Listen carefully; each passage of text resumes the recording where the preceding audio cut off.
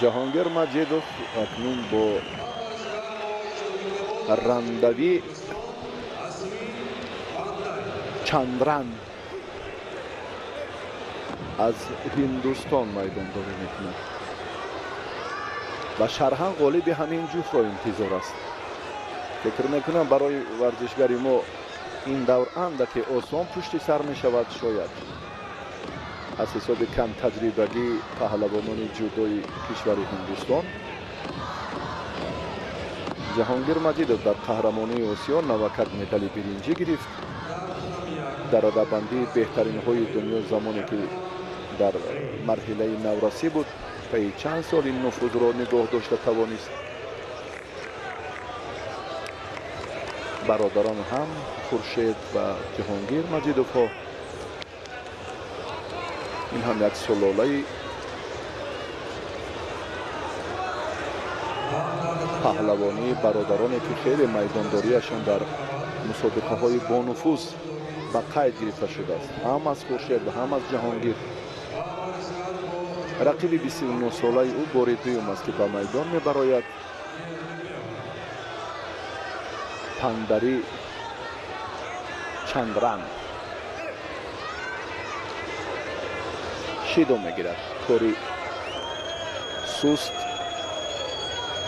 به اعتباری بله پندری چندران از مد نظر داور دور نماند.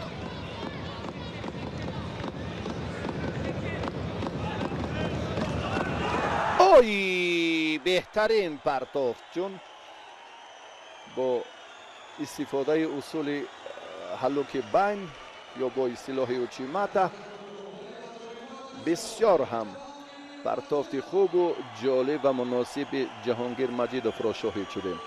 خیلی غلبه سری وقتی و خیلی با خورسندی زم کردن این چهره واقعا هم انتظاری ها بودن. این کار خیلی خوب انجام داد و با نماینده قزاقستان شرحان در دوری بعدی مبارزه میبرد پهلوانی ما.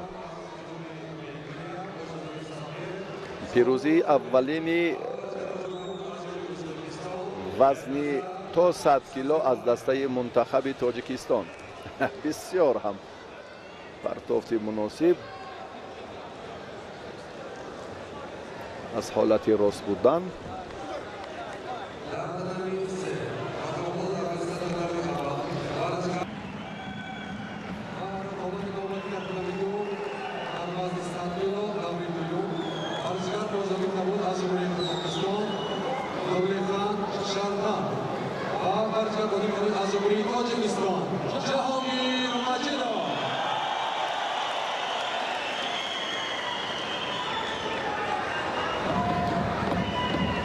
دوری دوم نیروسنجی پهلوانان وزنشان تا 100 کیلو شروع گردید.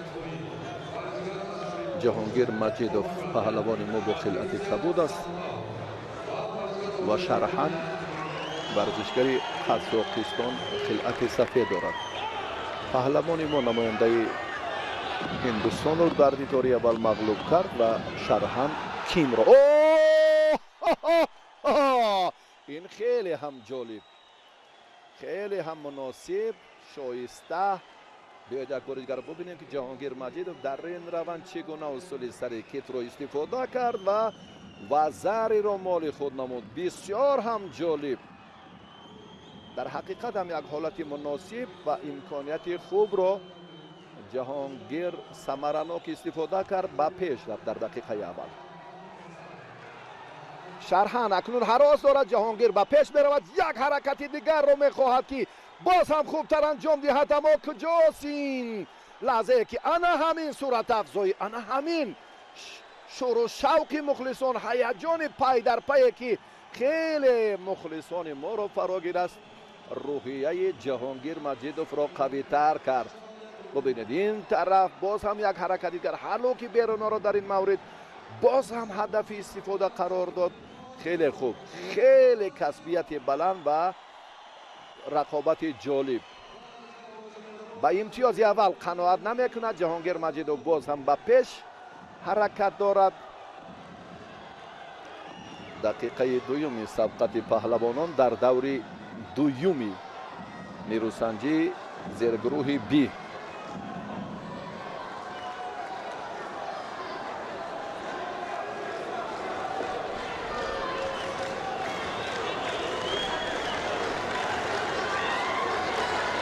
جهانگیر زمانی که در صدر جدول بهترین پای دنیا قرار داشت، این هم بیش از یک سال سپری، بیش از یک سال همین موقع را نگاه داشته توانست در میان نورسان و بعدا در میان جوانان هم صدر نشین بود. وزنش چه تغییری یافت، الکی هنرنمایی اش هم باید تغییر یابد.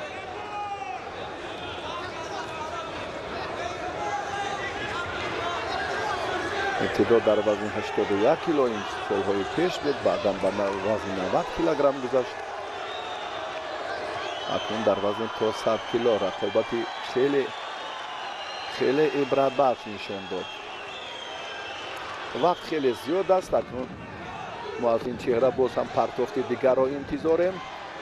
رقیبش شرحاً کوشش‌هایش کاملا ثمر نمی آورند.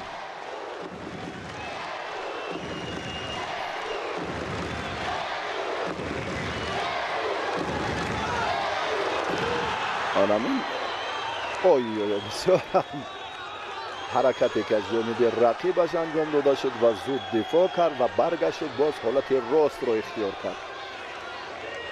کشتینگیری جهانگیر مجیدوف بسیار خوب. یگان لحظه آرام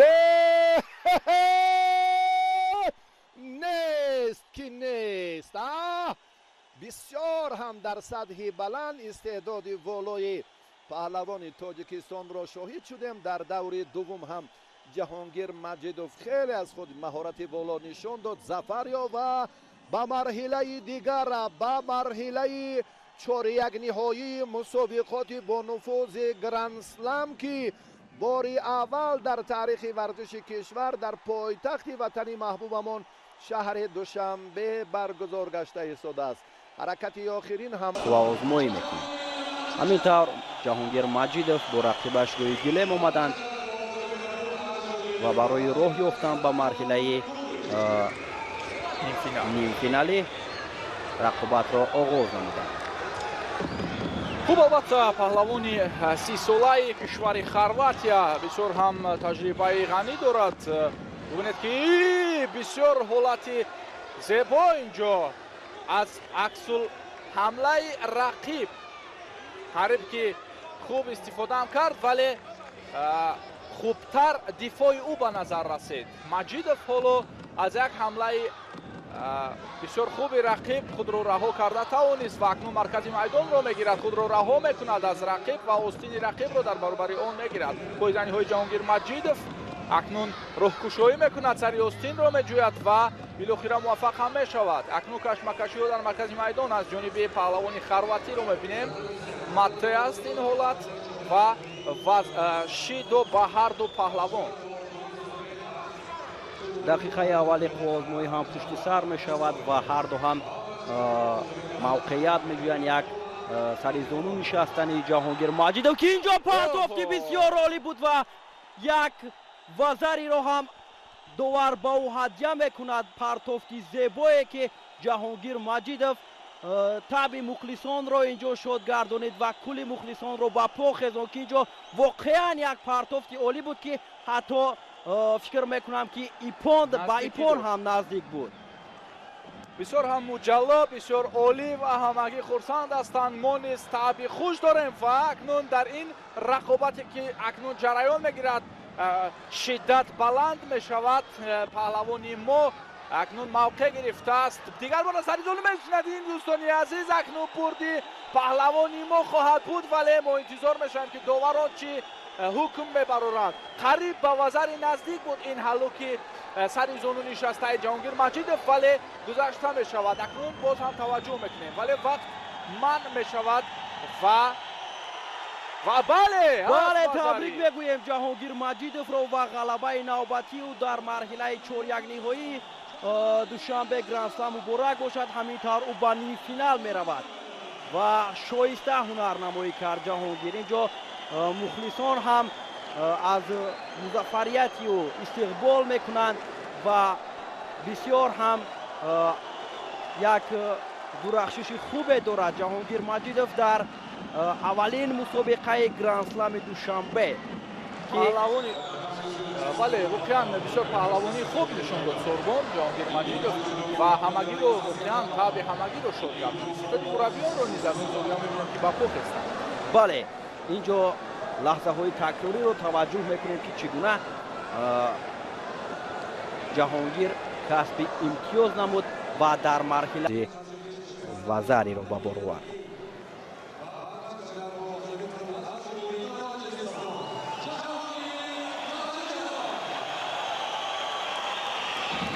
و دوستان عزیز نهایتا ما انتظار شدیم و با این وقت رسیدیم که جهانگیر مجیدوف در نیم فینال با پهلوان از کشور شویتساریا برآمده است.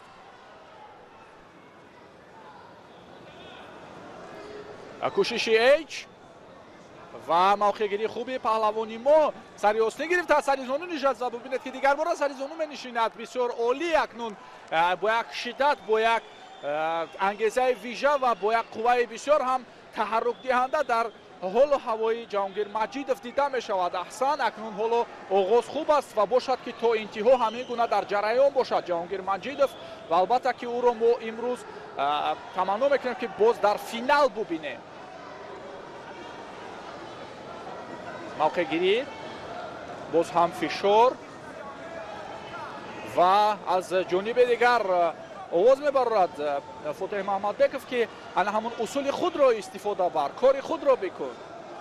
البته باید هنری که داری باید به خوبی استفاده کنی و بدون شک و شبهه اون اصولی که در مشق ها بسیار سفته کرده باشی باید که از او روی کار بگیری. حالا همگی با مخلصی مجیدوف صدا میبرند تولور گویم که تکان است تنتنه است و شور و شوق در تولوری برگزاری گرند اسلم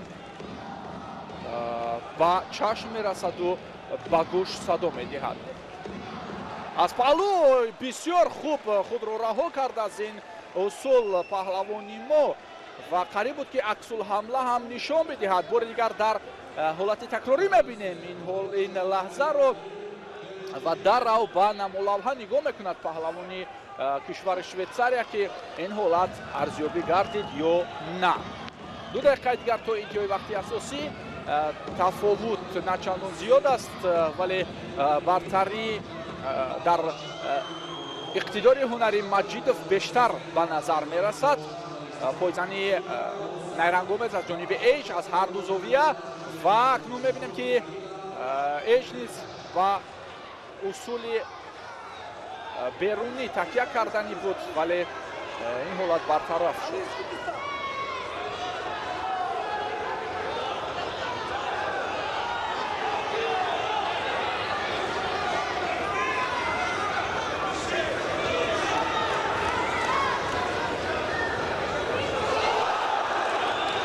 زیر دست میگیرد. دیگر بار را ببینید که اکنون جهانگیر مجیدوف نزدیکتر بود برای پرتاب کردن ولی یک مرتبه نشان داد باید در همان نوبت اول موقع گیری رو استوار نگاه می‌داشت و اون پرتاب رو میکرد و دیگر بار که اجرا کرد اکنون در زیر توجه رقیب قرار گرفته بود اون اصول روی کار گرفته جهانگیر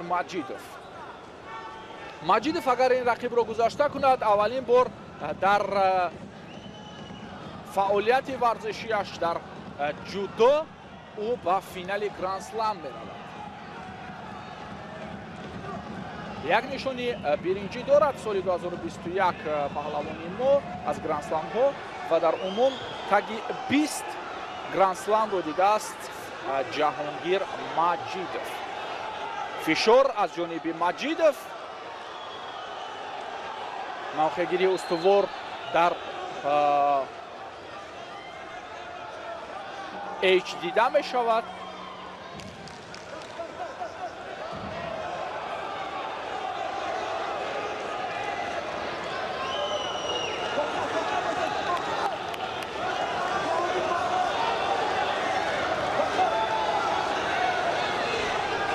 خب دوستان عزیز اکنون از کمر می‌دارد پهلوانی ما و موقع گیری خوب است اینجا بسیار حالت احساسناک است هم برای ما هم برای پهلوانی ما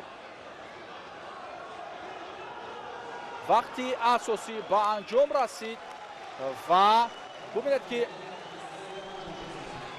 پدر جهانگیر مجیدوف نیز اینجا بسیار هم احساسی است.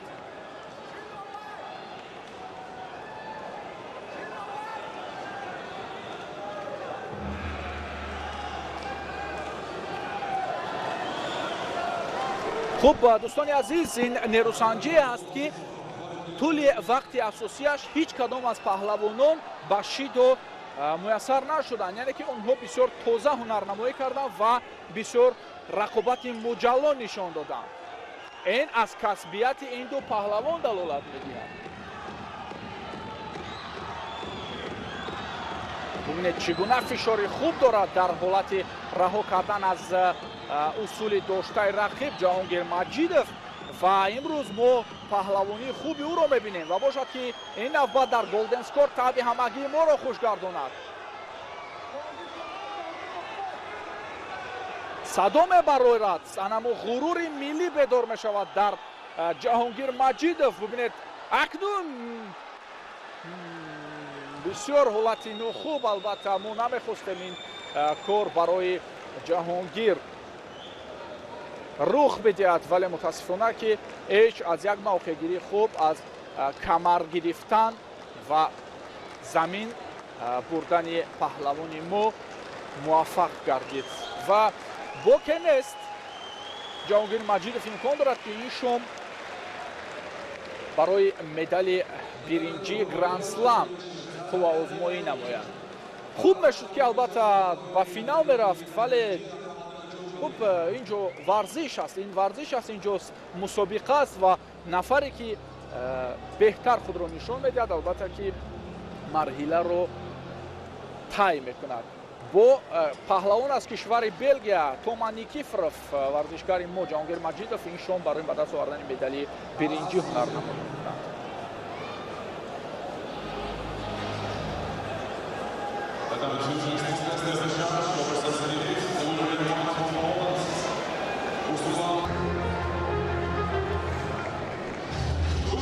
همینطور دوستان عزیز توما نیکیفوروف از بلژیا، جهانگیر مجیدوف از تاجیکستان میان همدیگر بار اول روبرو میشوند. در مقام 21 قرار دارد نیکیفوروف، در مقام 24 رده‌بندی باشد جهانگیر مجیدوف از تاجیکستان و این باشد ولادیسلاو پترنکو از ازبکستان داور رقابت جهانگیر و نیکیفوروف. این باشد توما نیکیفوروف پهلوان 31 ساله بلژیا، 2 مدال طلا، 2 نقره، 4 برنجی از مسابقه گرند پری دارد و این باشد با جداگی کبود جهانگیر مجیدوف چمپیون آسیا میان نورسان در سال 2017 دارنده نشان برنجی گرند اسلم ابودابی سال 2021. اکنون ما متوجه میشویم که جهانگیر مجیدوف که امروز واقعا درخششش عالی بود بر مقابل توما نیکیفوروف چگونه هنرنمایی میکند. خوب توما نیکیفوروف سفید پوش، جهانگیر مجیدوف با جداگی کبود در میدان خود در نزد مخلصان هنرنمایی میکند. اولین داشتن ها از جانب هر دو از گریبان اینجا توجه کرد جهانگیر مجیدوف و سری زانو می‌نشیند نیکیفوروف، اما این حالت را به خوبی برطرف میکند جهانگیر مجیدوف پهلوان 23 ساله تاجیکستانی که امروز ما براستی امید داشتیم که تا به فینال میرود، اما پهلوان کشور شویتزاریا هنرنماییش بهتر برآمد در مبارزه بر مقابل مجیدوف. از سری آستین مستحکم می‌دارد و پایزنی هایی که اینجا دارد پهلوانی ما. اینجا اکنون داور مجبور می شود که شیدو دید. بله به هر دو چون داشتن یک دیگر رو از حد زیاد ایستادن، حرکت نبود، پرتاف نبود، به همین خاطر شیدو داد داور ولادیسلاو پترنکو از ازبکستان. از بالا داشتن برای جهانگیر مجیدوف خیلی مساعد است، اما این موقع را باید به حریف نگذارد. حالا که بیرونه چون امروز از همین روش نیکیفوروف بیشتر استفاده کرده بود با تومای نگی اینجا با همون مثل پشتاکی پرتاف کرد تومان نیکیفوروف در زیر گروه دی قرار داشت. تومسون رئیس از کشور بریتانیا کبیر رو شکست داد. بعدا پرویز عبدالرحمانوف از تاجیکستان رو ناکام ساخت در مرحله چهار یک نهایی باشد. جعفر کوستویف را از صدر روی خود برداشت و در مرحله نیمه نهایی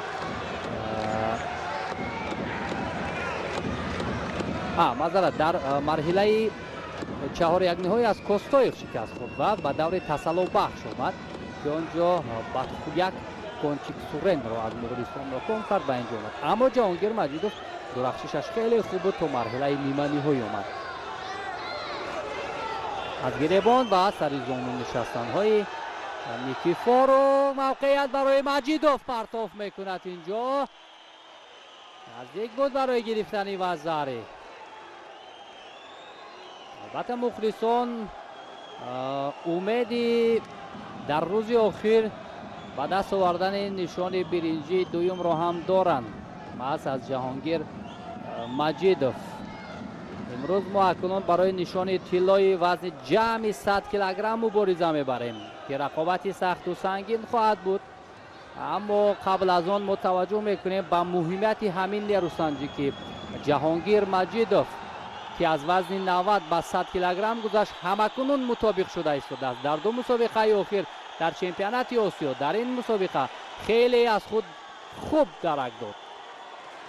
ما سالهاست که وزن 100 کیلوگرم یک نفر ارزنده پیدا نمی کردیم و اینجا کم فعالی نیکیفوروف دیده می شود. شیدای دویم را ولادیسلاو پیترنکو از ازبکستان داور به امیدیت شانسی خوب برای جهانگیر مجیدوف است. اکنون جهانگیر مجیدوف در وزن تا 100 کیلوگرم با ایستگی مطابق شد و می تواند که نیروسنجی ها را در مسابقات دیگر نیز به طور ارزنده ادامه دهد. خیلی کاری خوب کرد که از وزن 90 به 100 کیلوگرم گذشت. در اینجا موفقیتش اکنون بیشتر شده است. خیلی فرصتی موفق است برای مجیدوف تو بعد از سال 2021 باز دیگر باره برای مدال برنجی تلاش کند، اما لط دادن دست برای نیکیفوروف تا کجا اتفاق می افتد.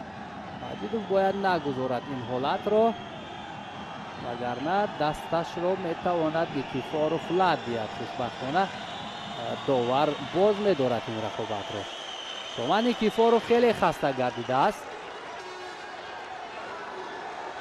از ماسترز هم یک نشانی برنجی دارد. سال 2015 دو مرتبه در چمپیونات جهان میان جوانان سال 2013 و سال 2015 میان بزرگسالان به گرفتن نشان برنجی مشرف گردیده است. پهلوان کشور بلژیم.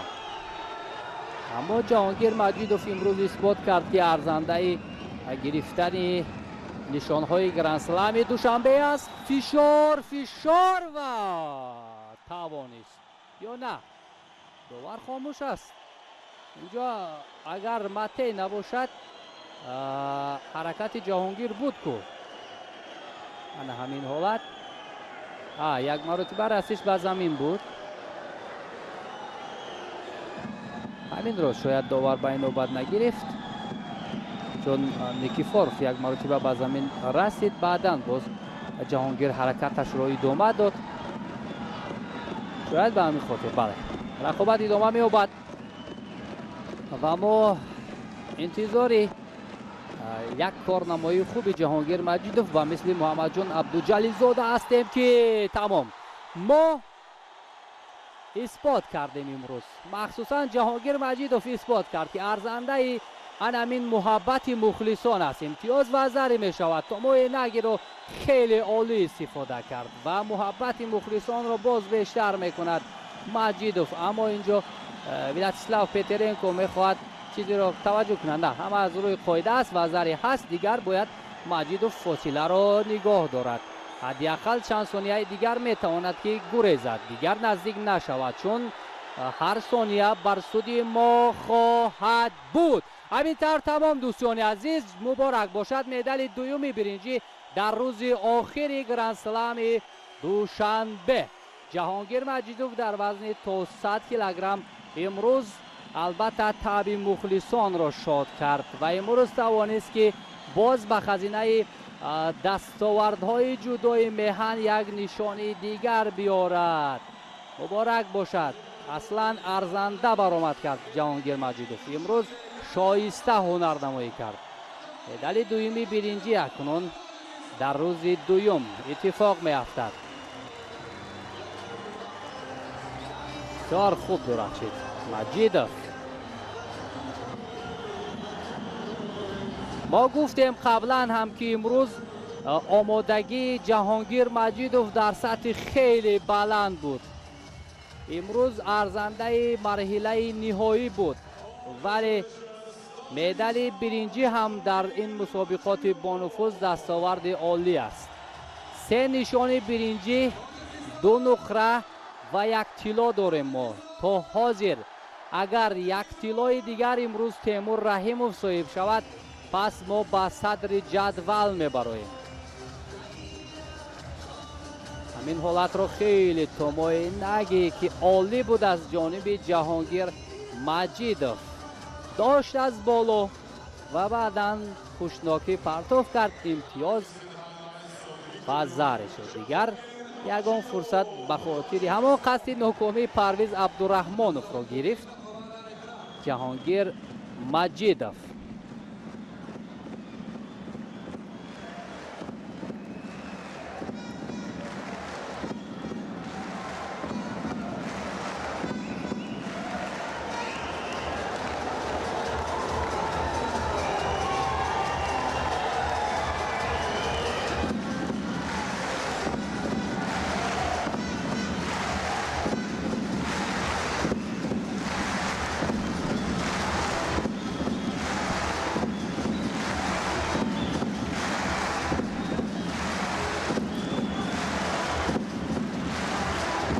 فاتح محمد بیکوف را میبینیم که چگونه گویا خودش در میدان گوشین میگرفته باشد، آنچنان هیجان زیر کرده است و بالاخره خوشحال شد و این هم چهره خندان جهانگیر مجیدوف است، پهلوان تاجیکستانی که بار دوم